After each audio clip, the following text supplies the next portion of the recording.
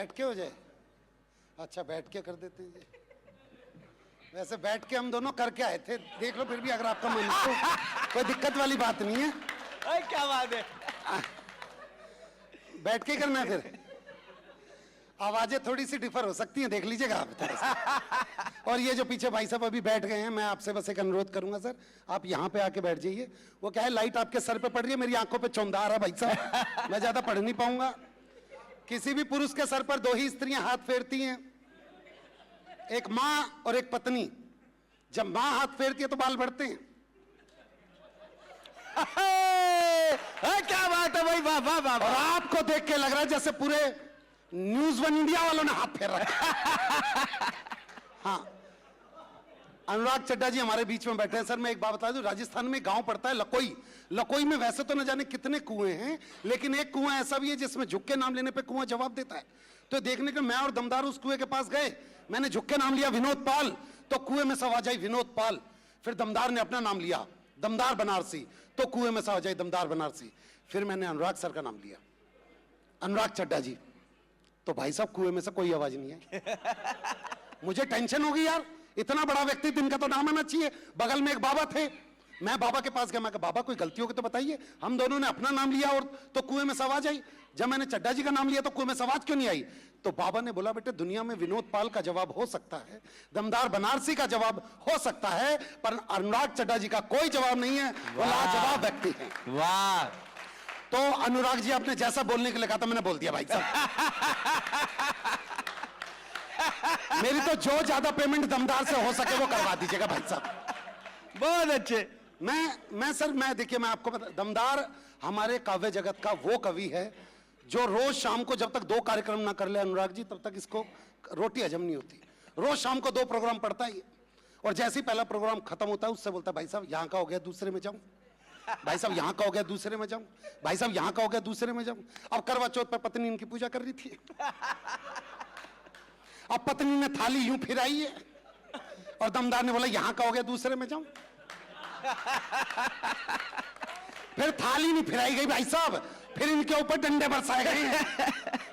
लेकिन मैं एक बात आप सबसे कहना चाहता हूं कि दिल से दिल को जोड़ रहा वो तार टूट जाएगा, कला और संस्कृति का आधार टूट जाएगा। ना आहा ना वहा, ना ही तालियां बजा रहे हो, इन चुप्पियों से तो कलाकार टूट जाएगा। वाह वाह वाह वाह वाह वाह वाह वाह। सर मैं बतला रहा हूं, मैं दमदार के बारे में बहुत अच्छी बात बतलाता हूं। यकीन मानिए ये बनारस का वो लड़का है जो जब 12वीं क्लास में था तो लड़कियों के कॉलेज के बाहर जाके खड़ा हो जाता था, और जब लड़कियां कॉलेज से बाहर निकलती थी तो दमदार बोलता था कि जब तक तेरा भाई जिंदा है तुझे कोई हाथ नहीं लगा सकता। इसके बनारस में कोई लड़का किसी लड़की को छेड़ दे, ये दमदार बनारसी उस लड़के को बहुत मारता है, और फिर उस लड़की से बोलता है कि जब तक तेरा भाई जिंदा है तुझे कोई हाथ नहीं लगा सकता। इसे इस बात को बोलने की आदत लग गई कि जब तक तेरा भाई जिंदा है तुझे कोई हाथ नहीं लगा सकता, जब तक तेरा भाई जिंदा है तुझे कोई हाथ नहीं लगा सकता। घर वालों ने शादी करवा दी, हनीमून पे पत्नी का घूंघट उठाया और आदत से मजबूर, जब तक तेरा भाई जिंदा है तुझे कोई हाथ नहीं लगा सकता। और अब तालियां तो इस बात पे बजा देना कि शादी के 10 साल बाद भी अपने इसी वचन पे कायम है। सर मैं देख रहा हूं, देखिए कुछ महिलाएं अभी भी हैं जिन्होंने एक बार भी ताली नहीं बजाई है, और ऐसी एक महिला अनुराग जी हमें हर कवि सम्मेलन में मिल जाती है भाई साहब। हाँ, पिछले दिनों मैं नारनौल में कवि सम्मेलन करने गया था, एक महिला सामने बैठी हुई थी भाई साहब। मैंने कविता सुनाया, गद्य सुनाया, पद्य सुनाया, यहां तक कि भाई साहब मैंने चुटकुला भी सुना दिया, पर अगली हंस के ही ना दे। आखिर में मैं नीचे उतर के कहा अनुराग जी, मैं उसके पैरों में पड़ गया, मैं कहा बहन जी आप हंस क्यों नहीं रही? बोली तेरी शकल मेरी सास से मिलती है। क्या बात है, वाह। और इन महिलाओं का ऐसे ही अनुराग जी, जब ये सास बनती है बहू अच्छी नहीं मिलती, जब बहू बनती है तो सास अच्छी नहीं मिलती, जब देवरानी बनती है तो जेठानी अच्छी नहीं मिलती, जेठानी बनती है तो देवरानी अच्छी नहीं मिलती, जब नंद बनती है तो भाभी अच्छी नहीं मिलती, जब भाभी बनती है तो नंद अच्छी नहीं मिलती। और बात रही पति की, वो तो आज तक किसी औरत को ढंका मिला ही नहीं। देखो अपने सम्मान में जोरदार तालियां आपने खुद ही बजा दी। वो पिछले दिनों हरिद्वार की तरफ 2 बसें जा रही थी, आगे वाली बस में सारी सास, पीछे वाली बस में सारी बहुएं, तो सास वाली बस खाई में गिर गई। देखो वो सारी बहुएं हैं। इसे कहते हैं दूसरों की खुशी में अपनी खुशी ढूंढना। जैसी सास वाली बस खाई में गिरी, बहू वाली बस में एक बहू ने रो रो के, हो मेरी सास, हो मेरी सास। सबने बोला ओहो तू तो बहुत प्यार करती थी। कह रही ना मेरी वाली तो आई ना। हम भाई साहब वहीं से निकले। एक पुलिस वाला अपने बेटे को समझा रहा था कि आज के बाद जब भी कभी अपना नाम लियो तो साथ में बोलियो मैं इंस्पेक्टर विनोद सिंह का लड़का हूं। पर यह बात इंस्पेक्टर की पत्नी को ठीक नहीं लगी। इंस्पेक्टर के जाने के बाद पत्नी ने अपने बेटे को बोला कि बेटा बस अपना नाम बताना, ये नहीं बोलना इंस्पेक्टर विनोद सिंह का लड़का हूं, इन बातों से घमंड दिखता है। कुछ दिनों बाद मैं और अनामिका थी उस इंस्पेक्टर के घर पे गए, एक परमिशन लेनी थी कार्यक्रम की। हम घर पे बैठे तो इंस्पेक्टर का लड़का पानी लेके आया। मैंने बोला भाई तुम इंस्पेक्टर विनोद सिंह के लड़के हो? कह रहे जी पापा तो यही कहते हैं। पर मम्मी मना करती है पता नहीं। तो हमारे हाथ से हर जगह। और मैं बताऊं भाई साहब सिस्टम देखिए, मैं आपको बता दूं, मैं आज आगरा में दूसरी बार कार्यक्रम करने आया हूं भाई साहब। आपकी जानकारी लिए बता दूं, पहली बार मैं यहाँ के पुलिस स्टेशन में आया था। क्या बात है। और उन लोगों ने मेरी कविता सुनी जो किसी की नहीं सुनते। उसके बाद उन्होंने मुझे पेमेंट भी दी। तो अनुराग जी मुझे उस दिन पता चला कि यहाँ की पुलिस देती भी है। वाह। तो उन्होंने मुझे खाकी कलर के लिफाफे में पेमेंट दी। अब मैंने देखने के लिए कि कितने पैसे दिए हैं, उस लिफाफे का छोटा सा कोना फाड़ा था। पीछे से एक पुलिस वाले ने मेरी गुद्दी पकड़ ली, बोला बेटे सरकारी कागज फाड़ दिया। क्या बात है भाई, अनुराग जी 10,000 में बुलाया था, 4 लाख रुपए में छोड़ा। हमारे आसपास से भाई साहब हमें कहीं पे देखने की जरूरत नहीं है। हाथ से क्या है मैं आपको बतलाता हूँ। देखो छोटी बात, हम अभी इस होटल के बाहर खड़े हुए थे, बिल्कुल बाहर वाला ग्राउंड था, तो मैं और मेरे बगल में एक लड़की भी खड़ी थी। तो इतने में एक आदमी की पत्नी एक्सपायर हो गई थी, वो उसकी अर्थी लेके जा रहा था। उसका रोना शुरू हुआ, अरे 7 जन्मों के बंधनों को तोड़ के, अरे 7 फेरों की रस्मों को यूं ही छोड़ के, अरे कहां चली गई तू। तो मेरे बगल में जो लड़की खड़ी थी उसने बोला यार ये अपनी पत्नी से कितना प्यार करता था, अगर इसका नंबर मेरे पास होता तो मैं इससे शादी कर लेती। अनुराग जी ये बात उस रोते हुए आदमी के कानों में भी चली गई। तो उसने नंबर फिट किया अपना बीच में रोते रोते, अरे 7 जन्मों के बंधनों को तोड़ के, अरे 7 उन फेरों की उन कस्मों को यूं ही छोड़ के, अरे कहां चली गई तू। अब बता कौन मेरे मोबाइल नंबर 9811740094 0094 पे फोन करके पूछेगा कि मैंने खाना खाया या नहीं खाया। वाह वाह वाह वाह वाह वाह वाह। हाथ से हमारे आसपास है भाई साहब। देखिए कविता कुछ नहीं है, मैं आपको बता दूं कविता करनी बहुत आसान है भाई साहब। अनामिका दी कहती है कि विनोद कविता वो होती है कि जब तुम 3 लाइन बोल दो और चौथी लाइन सामने वालों के मुंह से निकल जाए तो वो कविता है।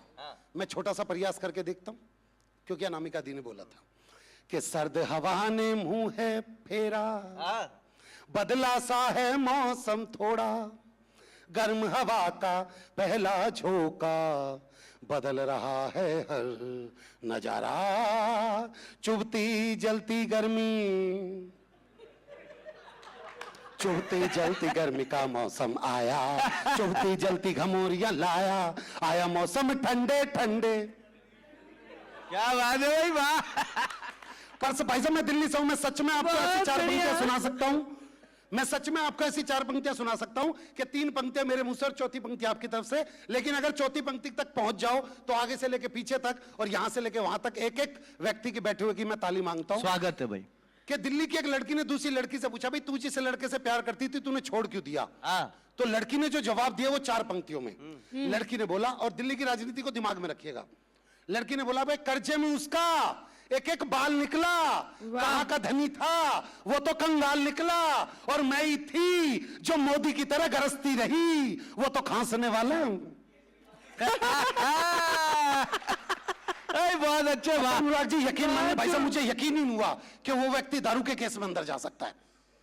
मेरे को सच में यकीन नहीं हुआ भाई साहब, मैं आपको दिल से बतलाऊं। फिर मैंने सोचा कि इसको तो खांसी थी जो किसी दवाई से ठीक नहीं हो रही थी, फिर इसने ऐसा क्या पिया।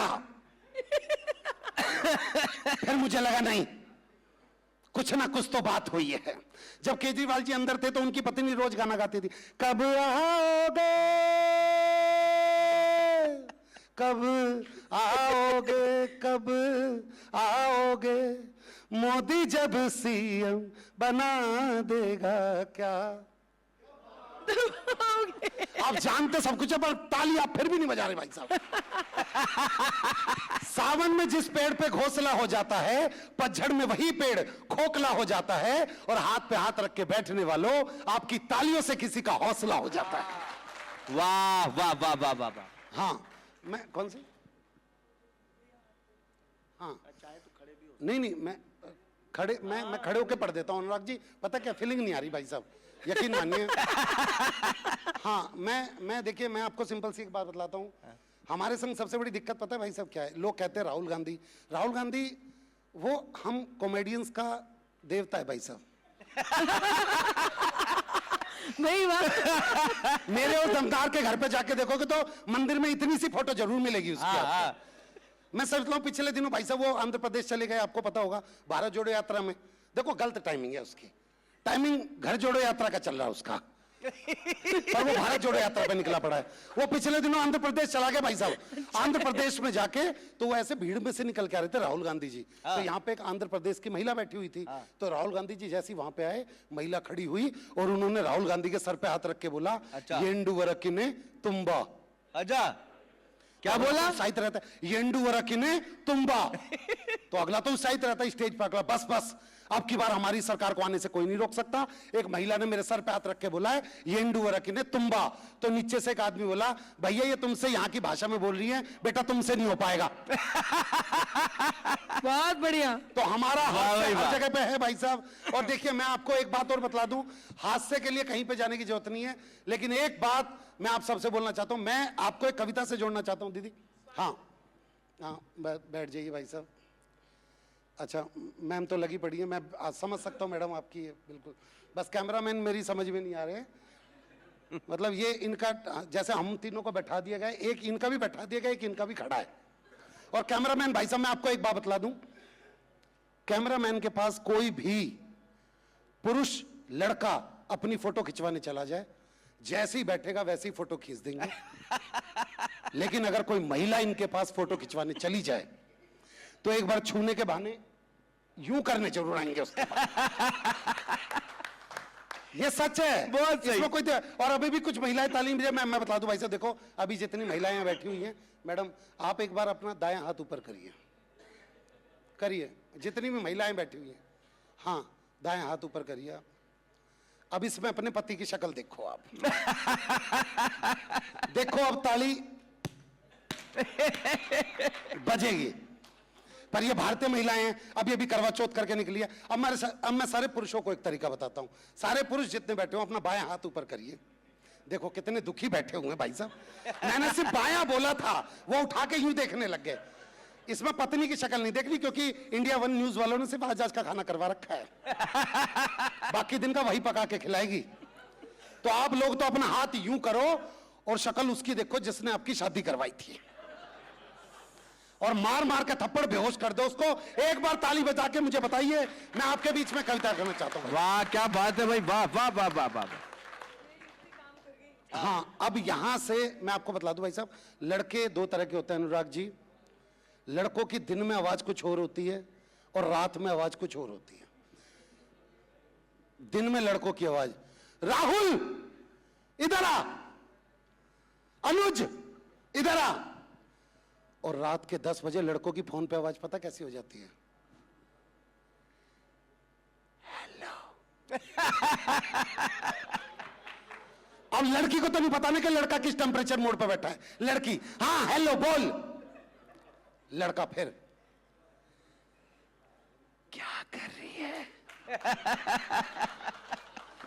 लड़का बोलता है यार खाना, लड़की बोलती है यार खाना खा रही हूं। अब ये बतला दिया खाना खा रही हूं, फिर भी खाने में क्या खा रही है? लड़की कह रही यार तू ऐसा बदतमीज रहेगा क्या जिंदगी भर? कोई जनरल नॉलेज की बात कर ले। लड़का बोला अच्छा जनरल नॉलेज की बात, so when you insure your vehicle from the company and you don't claim in whole year, so company provide 20% no claim bonus. It is in the after every year, after 1 year 20%, after 25%, and the lal will be 50%. It will be remain 50% till then you don't claim. You can transfer your NCV for whole vehicle to new vehicle, but before it you have to sell vehicle and make it a liability policy. लड़की खिचड़ी खा रही हूं आम के अचार के साथ। अरे वाह वाह वाह वाह वाह वाह वाह वाह। हाथ से यहीं से ही है। क्या कहने भाई, वाह मैं कमाल। अब एक 4 पंक्तियां देना चाहता हूं अनुराग जी। देश में आपने देखा कई जगह पर क्या क्या हुआ, अभी आपने देखा होगा वेस्ट बंगाल में क्या हुआ, दिल्ली में भी क्या हुआ, आपने सबने देखा है। मैं 4 पंक्तियां दे के जाना चाहता हूं कि ये कैसे रुक सकता है ये काम, एक बेटी की असमत कैसे बच सकती है इस देश में। बस वो 4 पंक्तियां दे के मैं दमदार भाई को आवाज देना चाहता हूं कि क्या करना होगा हमको, कि खुद अपने चरित्र पर ही मूंग दल रहे हो तुम। मैं सभी पुरुषों लड़कों से ये बात बोल रहा हूं कि खुद अपने चरित्र पर ही मूंग दल रहे हो तुम। अच्छे हो तो क्यों फितरत बदल रहे हो तुम।